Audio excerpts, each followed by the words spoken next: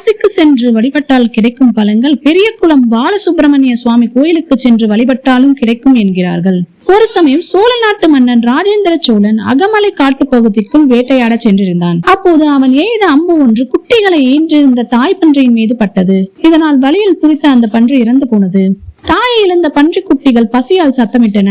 இதனை கண்ட மன்னன் தாய் பன்றியை கொண்டு அதன் குட்டிகளுக்கு பால் கிடைக்காமல் செய்துவிட்டோமே என்று மனம் வருந்தினான். அப்போது அந்த பன்றி குட்டிகளின் மேல் இரக்கம் கொண்ட முருகப்பெருமான் இவ்விடத்தில் தோன்றி அவைகளின் பசியை போக்கினார். குட்டிகளின் மேல் இரக்கம் காட்டிய முருகப்பெருமானின் கருணையை கண்ட மன்னன் தாய் பன்றியை கொண்டதால் தனக்கு ஏற்பட்ட பாவத்தை போக்கவும் பன்றிகளுக்கு அருளிய முருகப்பெருமானின் பெருமையை உலகுக்கு உணர்த்தவும் அகமலையின் கீழே ஒரு புதிய கோவில் ஒன்றை கட்டினார். இந்த கோவில் சோழர் கால கட்டுமான அமைப்பை கொண்டிருக்கிறது.